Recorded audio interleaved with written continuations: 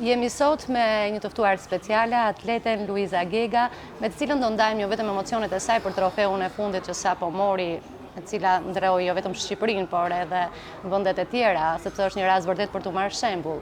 Atëherë të ndalem te çmimi i fundit, ky trofe, çfarë thot për ty? Te kampionati evropian është shumë i rëndësishëm.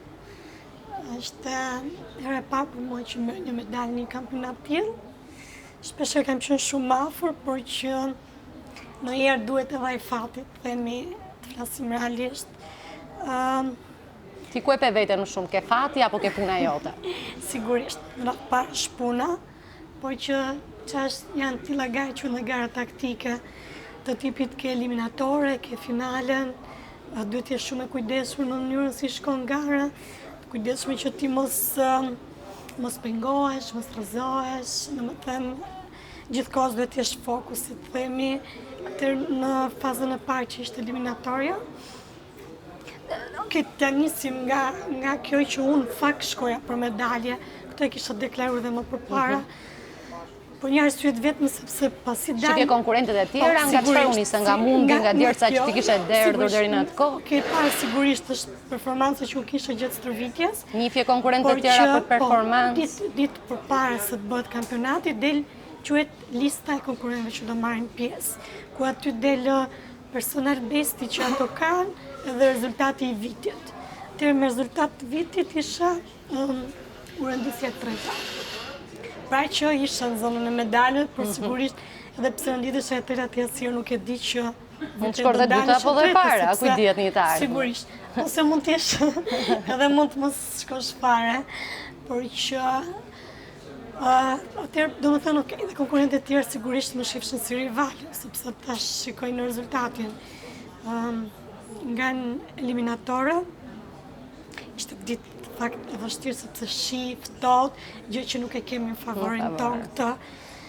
Se mos kujtja ftohtë nuk jena shlirshëm për të vrapuar edhe plus që le ta cilësojmë dhe këtë, tremishëm e pengesë është një disiplinë e re për mua, ku kam filluar këtë vit ta ushtroj, kam filluar fakt 5 vite më përpara. Fillova të eci shumë mirë, po pati dëmtim, stres fraktur, ku doktori më ndaloi. Dhe për i kohë nuk duhet bësh kërcime, sepse këtë bësh me kalim pengesën, sigurisht që ushtron presion. Si unë ndjeve në këtë moment? Okej, sigurisht, jo mirë, për që unë kisha dhe disiplinë tjetër, 1500 që ku përshkoja vërtet shumë mirë. Aty pastaj fokusova të ka garë, vit pas viti bëja rekord, bëja më mirë se që kisha bërë dhe nuk po do vizja. Okej, sigurisht bëja kampionat evropian, botror, por nuk po shkonte diçka si Nuk flasësh për momentin që momentin kur trofeu erdhi në dorën tuaj. Emocionin që përjetova. Në fakt, nëse do të shikoni garën, vendi i parë, i dytë, i tretë, nga fundi ndahet, domethënë para se të vija ajo xhiroja e fundit, e 400 që fundit. Të patenuate paraprake. Fillon një shkëputje.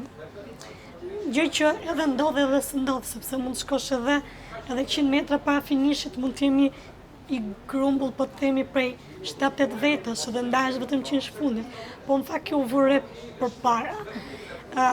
Shikoja në të monitorin që vendi i tretë ishte shkëputur goxha edhe domethënë krijova atë siguri që unë do isha në zonën. Se ke i dyti janë.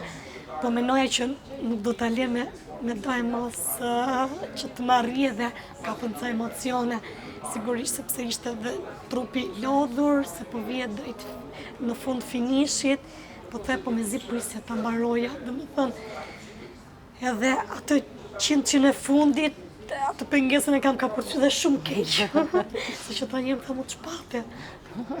Efekti ko. Jo, efekti emocioni që po mbaron të domethënë po vinte finishi edhe ti e kishe siguruar të vendin e dytë edhe kështu të dridhini kohësisht se me zgjidhje sigurisht emocioni i madh për mua, për trajnerin, për delegacionin që ishte aty. Sepse duhet nderoje më shumë se sa veten. Kishe edhe pritshmëri të tjera. Normal. Po që në atë parë domethënë se thush është vjen atë kënaqësinë e gjithë asaj lodhe që ti ke bërë për vite me radhë.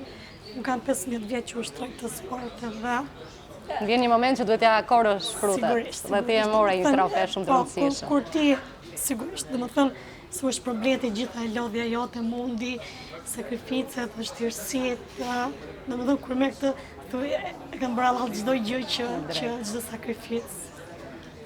Ku do të shohim së shpejti? Atëherë siç e dini, ky është vit olimpik. Lojrat olimpike janë si të shumë pranë. Shumë afër. Ne nisemi së shpejti për në Rio, se zhvillohen në Brazil. Temë të vërtetë lojrat olimpike janë ëndër për çdo sportist. Jo vetëm shqiptar, botror, tjerë.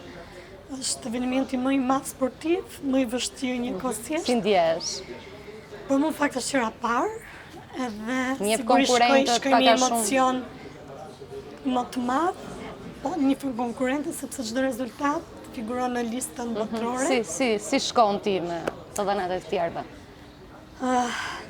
Flasim realisht Për momentin, se për nuk i momentin dihet, sigurisht mund përmbysën gjërat. jam mirë, por që nuk e di nëse dini vendet afrikane kanë shumë favor në këtë lloj garash.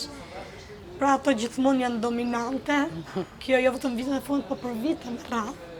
Sepse gjenetikisht, domethënë pjesën e gjenetikës e kanë shumë favorizuar. Pra është Ka ca arsye që zvarë nga stërvitja. sigurisht, domethënë duhet të Janë punojmë organike. shumë fort, duhet të shohim shumë detaje për të arritur ndoshta aty ku janë ato, ndërkohë që aty mund të bëj një punë shumë më të vogël për të arritur aty ku janë. Në fakt, pjesën përgatitore të dimrit e zhvilloj në këto vende, pasi aty është ngrohtë, edhe ne domethënë jemi detyruar që të stërvitemi në natyrë.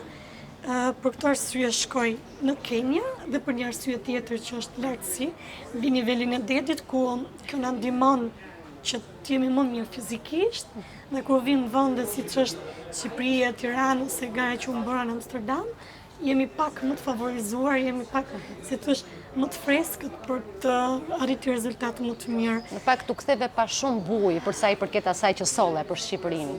U përfol shumë nëpër media që pritshmëritë jo vetëm të tuat, po dhe të sportdarësve nuk ishin ato, për sa i përket vlerësimit. Më pas pam një ftesa pafund nga institucione shtetërore.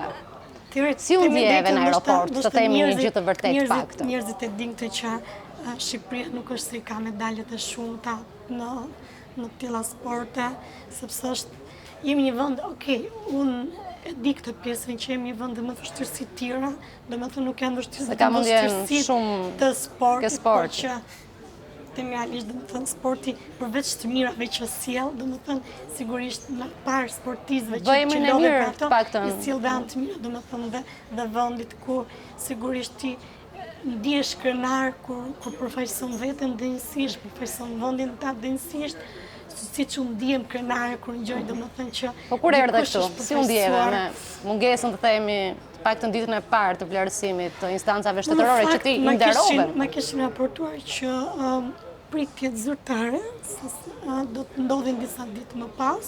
Kishe një informacioni, nuk është se pritshmëritë tua...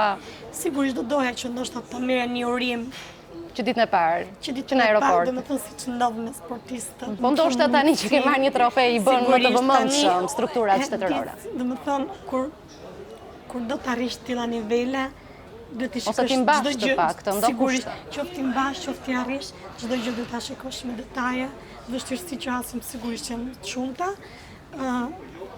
Baza është infrastruktura, të cilat na mungon tani për universitetës. Sigurisht vështirësi tjera, qoftë fizioterapi, masazhi që duhet, domethënë vazhdimisht gjithkohës, që ti është gati për stërvitje tjetër. Atëherë le të themi që për të ecur Luiza do dhe një mbështetje shtetërore të fuqishme.